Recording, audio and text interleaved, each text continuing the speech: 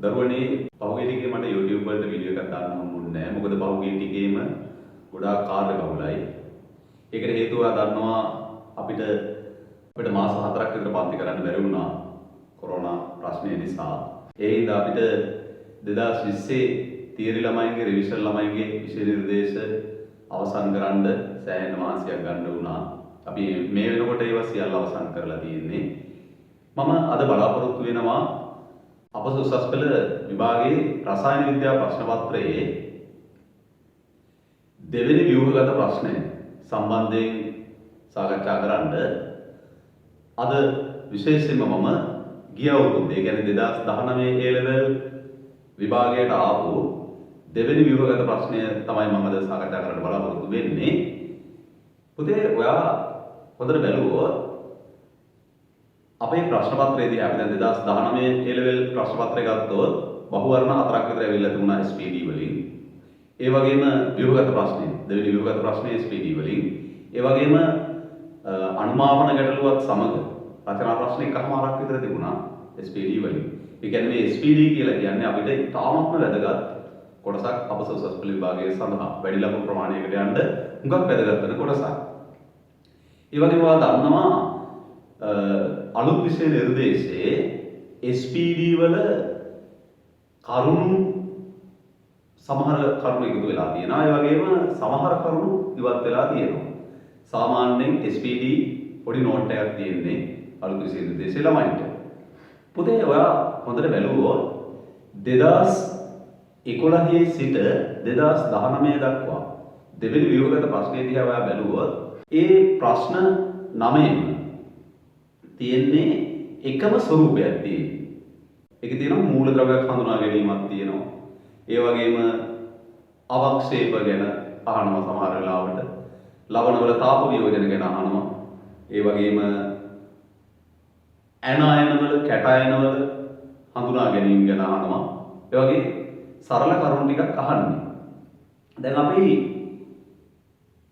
2011 සිට 2019 දක්වා වූ දෙවෙනි ව්‍යුහගත ප්‍රශ්න ටික කරපු ළමයෙකුට 2020 ප්‍රශ්නය මහා ලොකු අමාරුවක් වෙන්න විදිහක් නැහැ. 2019 ප්‍රශ්නයේ ආభాසය බොහෝ දුරට 2020 ප්‍රශ්නයේ තියෙනවා. right. අපි 2019 ප්‍රශ්නය කොහොමද කියලා බලමු. ප්‍රශ්නය පුතේ තියෙනවා මේ වීඩියෝ එක යට link එකක දාලා ඔයා පුළුවන් නම් ඒ ප්‍රශ්නය අරගෙන ඔයා ප්‍රශ්නේ කරන්න. කරලා ඉවර වුණාට පස්සේ මේක play කරලා බලන්න. අපි බලමු 2019 A level විභාගයේ රසායන විද්‍යා ප්‍රශ්න පත්‍රයේ දෙවෙනි ව්‍යුහගත ප්‍රශ්නය. බලන්න ඒ කොටසේ මොකක්ද අහන්නේ කියන්නේ? X යනු ආවර්තාවකයේ S ගුණුවේ මූලද්‍රව්‍යය. මම ඔයාලට විභාගයේ ආවර්තාවක කම් වෙනවනේ. ඒ ආවර්තාවක දිහා බලන්න S ගුණුවේ මූලද්‍රව්‍ය ටික මොනවද කියලා. අපිට අත්දැකලා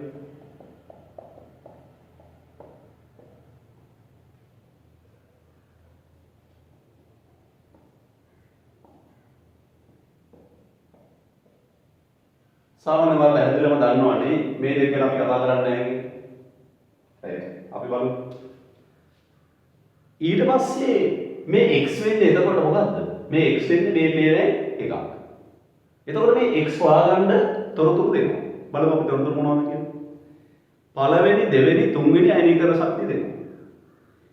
පළවෙනි අයනීකරණ ශක්තිය 738 කිලෝජූල් මවුලයට, 1451 කිලෝජූල් මවුලයට, 7733 කිලෝජූල් මවුලයට.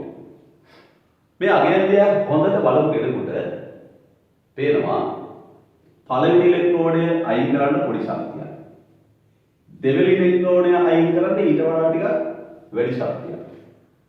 බලන්න තුන්වෙනි ඉලෙක්ට්‍රෝනය අයින් කරන්න විශාල ශක්තියක් අවශ්‍යයි. අපි මේ අදාළ මූලද්‍රව්‍ය අනුයාත අයනීකරණ ශක්ති ප්‍රස්ථාරය යනකොට මේ ඉලෙක්ට්‍රෝන දෙක ලේසියෙන් අයින් කරන්න පුළුවන්. මේ ඉලෙක්ට්‍රෝන තුන්වෙනි ඉලෙක්ට්‍රෝන අයින් කරන්න අමාරුයි. දැන් ඔයාට ඔය දැනුම අනුව කියන්න පුළුවන් මේ ඉලෙක්ට්‍රෝන දෙක ලේසියෙන් ගලවලා අයින් කරන්න පුළුවන් තුන්වෙනි ඉලෙක්ට්‍රෝන ගලවන්න අමාරුයි කියන්නේ අනිවාර්යයෙන්ම මේක කියන කාණ්ඩය වුණා තමයි. පළවෙනි කාණ්ඩය වෙන්න බෑ. පළවෙනි කාණ්ඩේ එකක් වුණා නම් දෙවෙනි ඉලෙක්ට්‍රෝනය ගලවන්න උච්ච වායු වින්‍යාසයක් විදින්න. ඒ කියන්නේ විශාල ශක්තියක් අවශ්‍යයි දෙවෙනි ඉලෙක්ට්‍රෝන ගලවන්න. දෙවෙනි කාණ්ඩ එකක් වුණා. පළවෙනි ඉලෙක්ට්‍රෝන ගලවන්න ලේසි. මොකද මේවා පොදු ඉලෙක්ට්‍රෝනික වින්‍යාසය මොකද්ද? දැන් මේවා ඉලෙක්ට්‍රෝනික වින්‍යාසය වෙන්නේ උච්ච වායු වින්‍යාසයකට පස්සේ ns දෙක. මේගොල්ලන්ගේ ඉලෙක්ට්‍රෝනික වින්‍යාසය. එතකොට මේ ඉලෙක්ට්‍රෝන දෙක ගැලවුවාට පස්සේ තුන්වෙනි ඉලෙක්ට්‍රෝන ගලවන්න නම් උච්ච වායු වින්‍යාසය පිළිගන්න ඕනේ. එහෙමනම් ඔයාලට තේරෙන්න ඕනේ පළවෙනි අයනීකරණය දෙවෙනි අයනීකරණය කුඩයි කියන්නේ අවසාන කවචයේ තියෙන ඉලෙක්ට්‍රෝන දෙකයි. ඇතුළත කවචයේ ඉලෙක්ට්‍රෝන ගලවන්න තමයි මේ ලොකු ශක්තිය අවශ්‍ය. එහෙමනම් මේ තොරතුරු අනුව ඔයාලට කියන්න පුළුවන් මේක දෙවෙනි කාණ්ඩයේ මූල ද්‍රව්‍යය. රයිට් මම මේක අයින් කරනවා. ඊට පස්සේ හයිඩ්‍රජන් මුදා හැරෙමින් එහි හයිඩ්‍රොක්සයිඩය සාදමින් උණු ජලය සමග සෙමෙන් ප්‍රතික්‍රියා කරයි. බලන්න ප්‍රබල පොයින්ට් එකක්. උණු ජලය සමග සෙමෙන් ප්‍රතික්‍රියා කරයි. කියන්නේ උණු වතුර එක්ක ප්‍රතික්‍රියා කරන්නේ. තව පැහැදිලිවම දන්නවා අපි නිකන් මේක අපි අදාළව මාතරියට ගමන් නෑ අපි නිකන් බලමු මේවා සියල්ලම සිසිල් ජලයක ප්‍රතික්‍රියා කරනවා. වේග දැන් මෙයා මේගොල්ලෝ ගත්තොත් මොකද කියන්නේ? පුතේ ඔයාලට මතකද මේ මූලද්‍රව්‍ය අතුරින් මෙන්න මේ දෙන්න සිසිල් ජලයක ප්‍රතික්‍රියා කරන්නේ නැහැ. දැන් මැග්නීසියම් සිසිල් ජලයත් එක්ක ඉතා සෙමෙන් ප්‍රතික්‍රියා කරනවා. නමුත් අපි ඒක ප්‍රතික්‍රියා කරන්නේ නැහැ කියලා තමයි සලකන්නේ. හැබැයි මේ තුන් දෙනා සිසිල් ජලයත් එක්ක හොඳට ප්‍රතික්‍රියා කරලා හයිඩ්‍රොක්සයිඩ් හදනවා හයිඩ්‍රජන් වායුව පිට කරනවා. මේ දෙන්නත් මතක් කරගන්න. මේ දෙන්නගේ වතුර උණු වතුර එක්ක ප්‍රතික්‍රියා කරන්න දෙයක් ඉන්නවා. කවුද? බෙරිලියම්. බෙරිලියම් ප්‍රතික්‍රියා කරන්නේ කවුද? බෙරිලියම් ප්‍රතික්‍රියා කරන්නේ උමාලය එක්ක. මතකද? උමාලයත් එක්ක බෙරිලියම් ඔක්සයිඩ් හදලා හයිඩ්‍රජන් වායුව පිට කරනවා. පුතේ මැග්නීසියම් උමාලය එක්ක ප්‍රතික්‍රියා කරනවා. උණු වතුර එක්ක ප්‍රතික්‍රියා කරනවා. හරි? එහෙනම් අපිට තීරණය කරන්න පුළුවන් මොකද්ද මේ x කියන්නේ මැග්නීසියම්.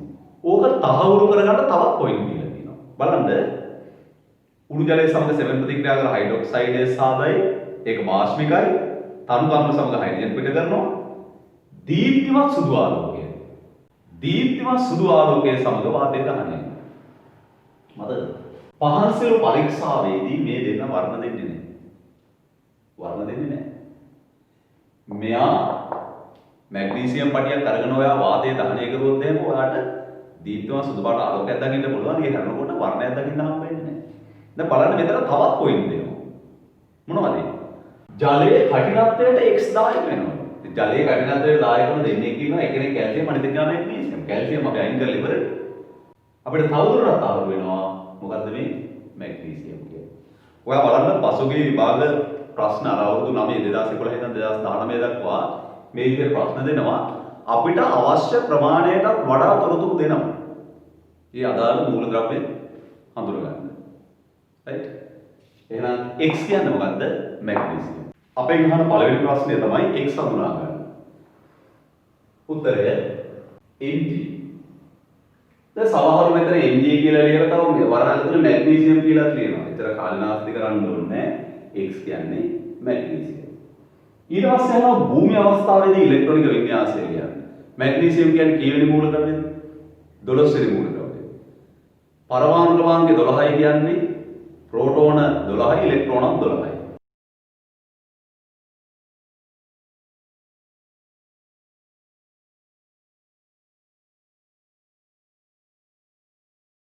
මෙන්න ඉලෙක්ට්‍රෝන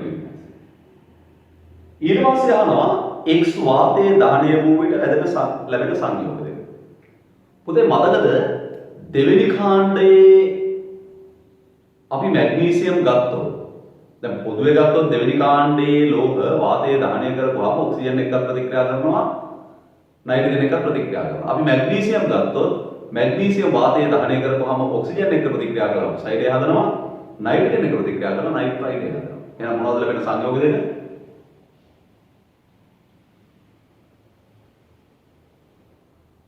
එකක් මැග්නීසියම් ඔක්සයිඩ් අනික මැග්නීසියම් නයිට්‍රයිඩ්.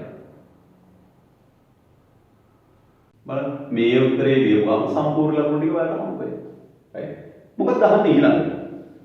ආවර්තිත වකුවේ x අයත් වන කාණ්ඩය. ඒ කියන්නේ දෙවෙනි කාණ්ඩේ දෙවෙනි කාණ්ඩයේ මූලද්‍රව්‍යයන්හි දී ඇති සංයෝග සලකන්න.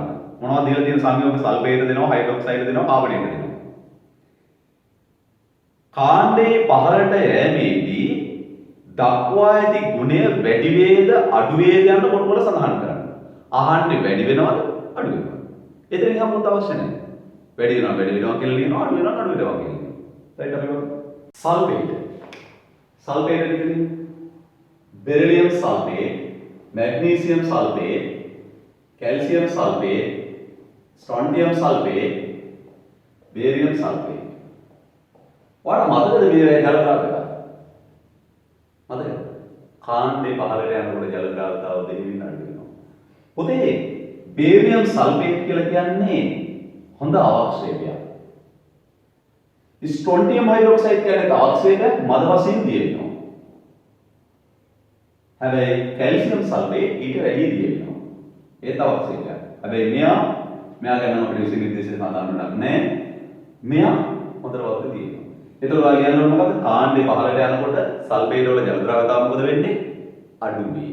අඩු වෙයි කියන වචනේ ලියපුවා නම් අඩු වෙයි.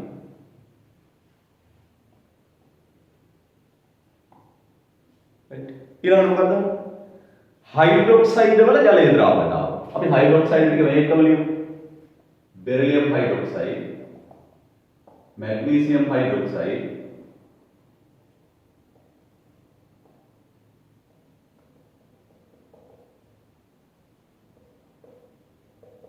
වල මතකද ඔයාලා මතක තියාගන්න ඉන්න විදිය මේකම අනිත් පැත්තනේ.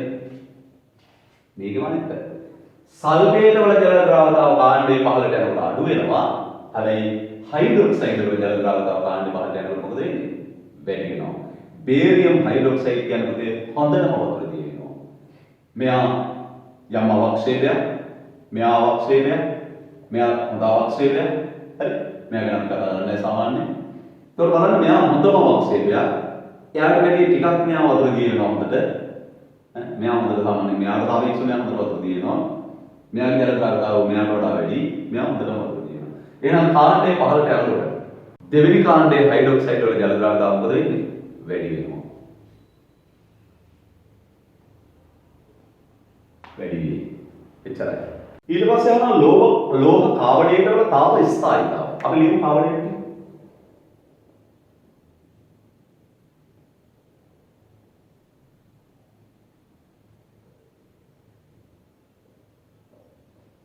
මොකද වෙන්නේ කාණ්ඩයේ පහළට යනකොට තාප යෝජන උෂ්ණ වැඩි වෙනවා නේද? තාප ස්ථායීතාව වැඩි වෙනවා. තාප වියෝජනය කරන්න අමාරුයි. ඔයාලා ලියන්න ඕන මොකද්ද? වැඩි වෙයි කියලා. තාප ස්ථායීතාව වැඩි වෙයි. හැබැයි දරුවෝ මෙන්න මේකට හේතුව අහන්න. දැන් ඔයාලට මතක විදිහට මේ තාප ස්ථායීතාව කෙරෙහි බලපාන්නේ මොකක්ද? මේ සංයෝගවල අයනික සහසංයෝග ලක්ෂණ තමයි සෑහෙන්න බලපාන්නේ. දැන් මේ සංයෝග වල අයනික ලක්ෂණද සහසංයෝග ලක්ෂණද බලපාන්නේ කියලා කොහොමද හිතන්නේ? සාමාන්‍ය පුතේ අයනික ලක්ෂණ වැඩි වෙනකොට තාප යෝජන උෂ්ණත්ව වැඩි වෙනවා. එතකොට දැන් අයනික ලක්ෂණ වැඩි වෙනවා කියලා කොහොමද කියන්නේ? මෙන්න මේක බලාපොරොත්තු වෙනවා උත්තරේට. ඔයා කියන්න ඕන නෙමෙයි. ඔයාලට පැහැදිලිවම පේනවා නේද? මේ සියල්ලකම ඇනයනේ එකමයි නේ. ඇනයනේ එකමයි. කාබනේට්. මම කීපයක් ගන්නවා මම මේ හතර ගන්නවා. කාබනේට්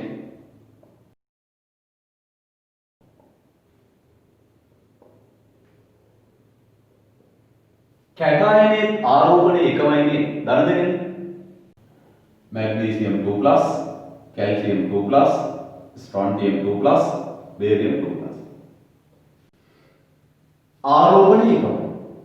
කාණ්ඩයේ පහළට යනකොට මොකද වෙන්නේ? මේගොල්ලන්ගේ විශාලත්වය වැඩි වෙනවානේ. මෙයා කුඩායි, ඊට වඩා මෙයා ලොකුයි, ඊට වඩා මෙයා ලොකුයි, ඊට වඩා මෙයා ලොකුයි. කැටයනේ විශාලත්වය වැඩි වෙනකොට මොකද වෙන්නේ? ද්‍රවීකරණ හැකියාව අඩු වෙනවා. ද්‍රවීකරණ ශක්තිය අඩු වෙනවා. මේ කැටයනේද පුළුවන් මේ ඉලෙක්ට්‍රෝන වලාව ආකර්ෂණය කරන්න හේතු.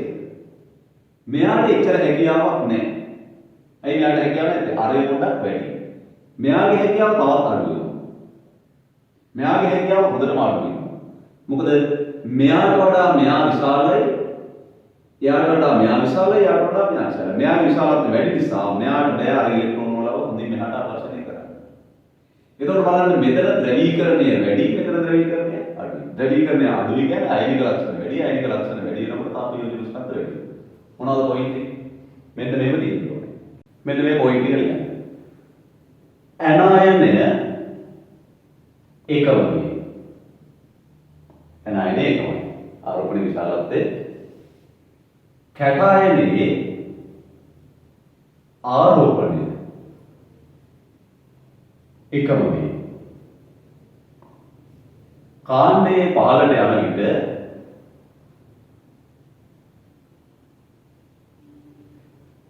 කැටායන වල විශාලත්වය වැඩි වේ. කැටායනේ කාණ්ඩයේ පහළට යනකොට කැටායනේ විශාලත්වය වැඩි වේ. එවිට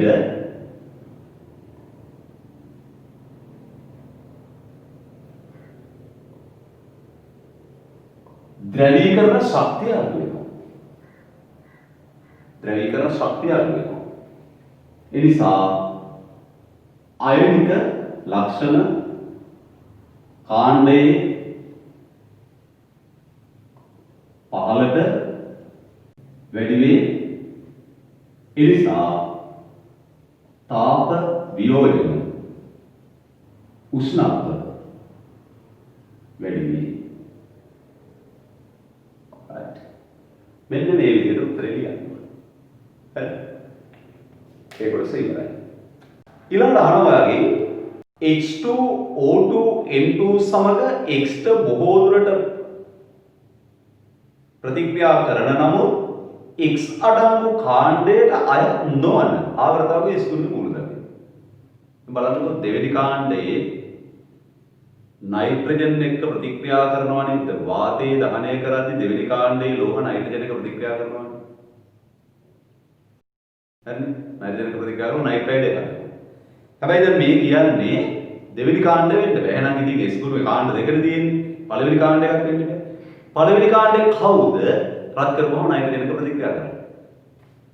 එකයි. කවුද? ලිතියම්. එහෙනම් මොකද්ද මූලද්‍රව්‍ය? ලිතියම්. ජලයේ කඨිනත්වයට දායක වන වෙනත් ලෝහ අයනයක් හඳුනා ගන්න. මේ ජලයේ කඨිනත්වයට හේතු වෙන ප්‍රධාන වශයෙන් හේතු වෙන අයන දෙකයි. එකක් තමයි කැල්සියම් 2+ අනිත් එක මැග්නීසියම් 2+. අපි කතා කරන්නේ දැන් මැග්නීසියම් 2+ ගැන. එහෙනම් අනිත් එක මොකද්ද?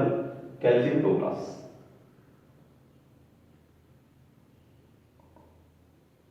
ජලයේ කඨිනත්වය ඉවත් කිරීම සඳහා බහුල වශයෙන් භාවිත වන සංයෝගය. පොතේ ජලයේ කඨිනත්වයට හේතුව ප්‍රශස්ත මට්ටමට වඩා කියන්නේ සාමාන්‍යයෙන් අධික ලෙස සැලකියොත් සාමාන්‍යයෙන් ලිං ජලයේ කැල්සියම් 2+ මැග්නීසියම් 2+ තියෙනවා. නමුත් තියෙන්න ඕන මට්ටමට වඩා වැඩිපුර තියෙනවා නම් ආන්ගේ ජලය කඨින ජලය කියලා අපි හඳුන්වනවා. එතකොට ජලයේ තියෙන කැල්සියම් 2+ මැග්නීසියම් 2+ අපි අයින් කරනවා. ජලයේ කඨිනත්වය ඉවත් කරන්න ගන්න සංයෝගය මොකක්ද? පුතේ සාමාන්‍යයෙන් තියෙනවා తాවකාලික කඨිනත්වය සහ ස්ථිර කඨිනත්වය කියලා තියෙනවා. తాවකාලික කඨිනත්වය කියන්නේ කැල්සියම් 2+ එක්ක තියෙනවා බයිකාබනේට්. එතකොට తాවකාලික කඨිනත්වයේ තියෙන ජලය රත් කරපුවාම බයිකාබනේට් කාබනේට් වෙලා කැල්සියම් කාබනේට් මැග්නීසියම් කාබනේට් අවක්ෂේප වෙනවා. ඊට පස්සේ අපිට වතුර පෙරලා පිරිසිදු වතුර ගන්න පුළුවන්. හැබැයි ස්ථිර කඨිනත්වයේ තියෙනවා. ඒ කියන්නේ බයිකාබනේට් නෙමෙයි තියෙන්නේ වෙනින් ඇනායන කැල්සියම් 2+ මැග්නීසියම් 2+ එක. වෙන ඇනායන තියෙනවා නම් ඒක රත් කරලා අයින් කරන්න බෑ. ඒ වගේ වෙලාවට අපි මොකද කරන්නේ? කැල්සියම් 2+ මැග්නීසියම් 2+ අයින් කරන්න අපි මේකට දානවා සෝඩියම් කාබනේට්. සෝඩියම් කාබනේට් දාපුවම මොකද වෙන්නේ? කැල්සියම් 2+ සෝඩියම් කාබනේට් එක ප්‍රතික්‍රියා කරනවා කැල්සියම් කාබනේට් අවක්ෂේප වෙනවා. ඒ වගේම මැග්නීසියම් 2+ සෝඩියම් කාබනේට් එක ප්‍රතික්‍රියා කරලා මැග්නීසියම් කාබනේට් අවක්ෂේප වෙනවා. වතුර පෙරලා අරගන්නවා. එහෙනම් ජලයේ කඨිනත්වය ඉවත් කරන්න බහුල වශයෙන් යොදා ගන්න සංයෝගය තමයි මොකක්ද? Sodium carbonate. පළවෙනි වතාවට මම දැක්ක කාබනික රසායනය සහ කාබනික රසායනය සම්බන්ධ කිරීම. ඔයාලට පේනවද යට තියෙන ප්‍රශ්නේ මොකක්ද කියලා? කාබනික රසායන විද්‍යාවේ හොඳින් දන්නා ප්‍රතිකාරකයක එක් සංඝටකයක් වේ. මොකක්ද ප්‍රතිකාරකය? අපි ඉගෙන ගන්නවා කාබනික රසායන යටතේ ඕගනොමැට්‍රික් කම්පවුන්ඩ් එකක්. ඒක තමයි ග්‍රීනාඩ් ප්‍රතිකාරකය. ග්‍රීනාඩ් ප්‍රතිකාරකය හදන හැටි ඔයාලට මතක ඇති අනිවාර්යයෙන්ම කාබන් සහ හැලජනයක් මෙතන තියෙන්නේ. කාබන් සහ හැලජනයක් තියෙන්නේ. අපි හිතමු මේක බ්‍රෝමීන් කියලා. ග්‍රීනාඩ් ප්‍රතිකාරකය හදද්දී මොකද කරන්නේ? අපි මේ කාබන් හා Br අතරට සම්බන්ධ කරනවා මැග්නීසියම්. මේ වැඩේ කරන්නේ වික්ටර් ග්‍රීනාඩ් කියලා කෙනෙක්. මේකට නොබෙල් තෑග්ගයක් දීලා ගන්නවා. මොකද්ද මේකේ තියෙන වැදගත්කම? ඔයාලට පේනවද? කාබන් හා බ්‍රෝමීන් ගත්තොත් කාබන්ට වඩා බ්‍රෝමීන් වල විද්‍යුත් වෙනතාවය. එතකොට කාබන්ට කුඩා ධන බ්‍රෝමීන්ට කුඩා ඍණ එන විදිහට තමයි මේ බන්ධනය ද්‍රවීකරණය වෙලා තියෙන්නේ. මෙතෙන්ට මැග්නීසියම් සම්බන්ධ කරපුවා මොකද වෙන්නේ? කාබන්ට වඩා මැග්නීසියම් වල විද්‍යුත් වෙනතාව අඩුයි. එහෙනම් මේ බන්ධන කාබන් දෙසට ඇදලා යන්නේ කාබන්ට එනවා කුඩා ඍණ මැග්නීසියම් දෙනවා කුඩා ධන. මොකද්ද ඒ කාබනික සංයෝගය මැග්නීසියම් පාවිච්චි කරන ග්‍රීනාඩ් ප්‍රතිකාරකය?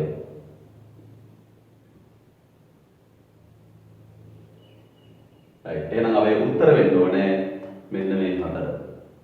ඊළඟට ඇනයන ටිකක් දීලා මේ ඇනයන වලට තනුක HCl දානවා. තනුක HCl දාලා නිරීක්ෂණ වගයක් දකින්නවා. ඒ නිරීක්ෂණ මොනවද? ඒ ඇනයන හඳුනා ගන්න තියෙන්නේ. අපි බලමු අපිට දීලා තියෙන සංයෝග මොනවද කියලා. සෝඩියම් තයෝසල්ෆේට් දෙනවා. සෝඩියම් කාබනේට් දෙනවා.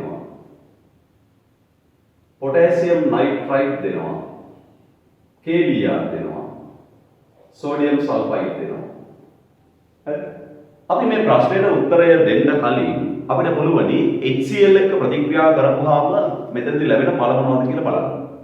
පුතේ තයෝසල්ෆේට් එකට අම්ලයක් දැම්මොත් මොකද වෙන්නේ? තයෝසල්ෆේට් එකට අම්ලයක් දැම්මොත් SO2 පිට වෙනවා සල්ෆ අවක්ෂේප වෙනවා. මොකද වෙන්නේ? කාබනේට් එකකට අම්ලයක් දැම්මොත් කාබනේට් එකට හෝ බයිකාබනේට් එකට අම්ලයක් දැම්මොත් CO2 වායුව පිට වෙනවා. නයිට්‍රයිට් එකට අම්ලයක් දැම්මොත් මොකද වෙන්නේ? මෙතනදී මෙහෙමයි විවිධාකාර ඵල ලැබෙන්න පුළුවන්. නයිට්‍රස් අම්ලය කියන්න පුළුවන් කෙනෙකුට. එතකොට නයිට්‍රික් හා NO හැදෙන්න පුළුවන්. මම ලියන්නම් මෙතන මෙන්න මේ දෙක. NO2 ගෑස් හා NO ලැබෙන්න පුළුවන්. මේක HCl දැම්මොත් මොකද වෙන්නේ? අම්ලයක් දැම්මොත් HCl වල H+ හෝ Cl- මේ දෙකත් එක්ක ප්‍රතික්‍රියා කරන්නේ. අපිට මෙතන ක්‍රියාවක් අපේක්ෂා කරන්න බෑ. සල්ෆයිඩ් එකකට අම්ලයක් දැම්මොත් මොකද වෙන්නේ? H2S වායුව පිට වෙනවා. රයිට්. අපි මේ ටික සාමාන්‍යයෙන් ඕනම ළමෙක් මේ ටික දන්නවා. අපි බලමු කොහොමද අපේ ප්‍රශ්නෙට මේ ටික සම්බන්ධ කරන්නේ කියලා. දැන් ලේබල් කරලා තියනවලු හැබැයි ලේබල් කරාට දන්නේ නැහැලු A කවුද B කවුද C කවුද D කවුද එහෙම දන්නේ නැහැ. මෙතන විශේෂ ලක්ෂණ අපි පොඩ්ඩක් බලමු. අපි මේ වගුව දිහා පොඩ්ඩක් ස්කෑන් කරගෙන ගියොත් එහෙම වගුව දිහා ටිකක් අපි දල වශයෙන් බලන්න ගියොත් රතු දුමුරු වර්ණයක කතාවක් කියනවනේ. දැන් මෙතන තියෙන රතු දුමුරු වර්ණය නේද? එන්නෝද? එහෙනම් පැහැදිලිවම පුතේ පැහැදිලිවම A B කියලා කියන්නේ මොනවද? B කියලා කියන්නේ මේක පොටෑසියම් නයිට්‍රයිට්. අපි නිකන් ආයේ දල වශයෙන් බලන්න යමු. අවර්ණ හා කුණු බිත්තර ගඳක් ඇත. වායුව පිට යනවලු අවර්ණ කුණු බිත්තර ගඳ. ඒක ඕන කෙනෙක් දන්නවා H2S තමයි කුණු බිත්තර ගඳට හේතු වෙන වායුව. රයිට් එහෙනම් සෝඩියම් සල්ෆයිඩ් කියලා කියන්නේ මොකක්ද? C. රයිට් අපි තව ස්කෑන් කරගෙන අවර්ණ හා කටුක ගඳක් ඇත. ආවිලතාවක් ඇති වෙනවලු. ආවිලතාවක්. ඒ කියන්නේ මේ අවක්ෂේපය. හින්දා තමයි ආවිලතාව කියන්නේ බොර ගතියක් ඇති වෙනවා කියලා කියන්නේ. එහෙනම් D කියන්නේ කවුද? මෙයා. ඊට පස්සේ ඉතුරු ඒවා චෙක් කරලා බලද්දී අවර්ණ හා ගඳක් නැමැති වායුවක් පිට වෙනවා. ඒක තමයි මේක. ඒ කියන්නේ මේක A. එහෙනම් අනිත් එක කවුද? A B C D E කියන්නේ මේක. හරිද? ඔයාලට කියන්නේ A B C D E හඳුනා ගන්න කියලා. ඔයාලා ලියන්න ඕනේ A කියන්නේ සෝඩියම් කාබනේට් දීලා තියෙන ස්ථනේ. B කියන්නේ පොටෑසියම් නයිට්‍රයිට්. C කියලා කියන්නේ sodium sulfide, D වෙන්නේ sodium thiosulfate, E වෙන්නේ potassium bromide. right. අපි ඊළඟට මොකක්ද අහලා තියෙන්නේ? A B C හා D පරීක්ෂණ නල තුල සිදුවන ප්‍රතික්‍රියා සඳහා තුලිත රසායනික සමීකරණ ලියන්න. right අපි ලියමු බලන්න. sodium carbonate HCl මොකද වෙන්නේ? sodium plus Cl minus එක එකතු වෙලා sodium chloride කාබනේට් එකකට H plus වැටුනහම CO2 පිට වෙනවා වතුර හැදෙනවා. තුලිත කරොත්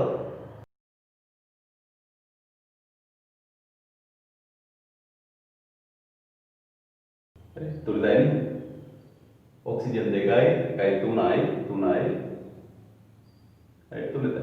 පුතේ සාමාන්‍යයෙන් අකාබනික රසායනයේදී භෞතික අවස්ථා රසායනික සමීකරණය ලියුවම භෞතික අවස්ථා ලිවීම ලොකුවට අපේක්ෂා කරන්නේ නැහැ. ෆිසිකල් කෙමිස්ට්‍රි වල අනිවාර්ය භෞතික අවස්ථා ලියන්න ඕනේ. නමුත් ඉතින් සම්පූර්ණ සමීකරණයක් ගත්තොත් තුලිත වෙන්න ඕනේ භෞතික අවස්ථා තියෙන්න ඕනේ.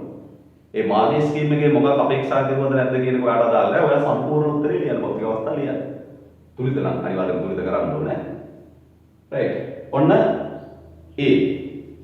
ඊට පස්සේ B. මේ B වල දරුවෝ සාමාන්‍යයෙන් මම ඔයාලට උගන්වලා තියෙන්නේ නයිට්‍රේට් එකකට අම්ලයක් දාපුවාම මොකද වෙන්නේ?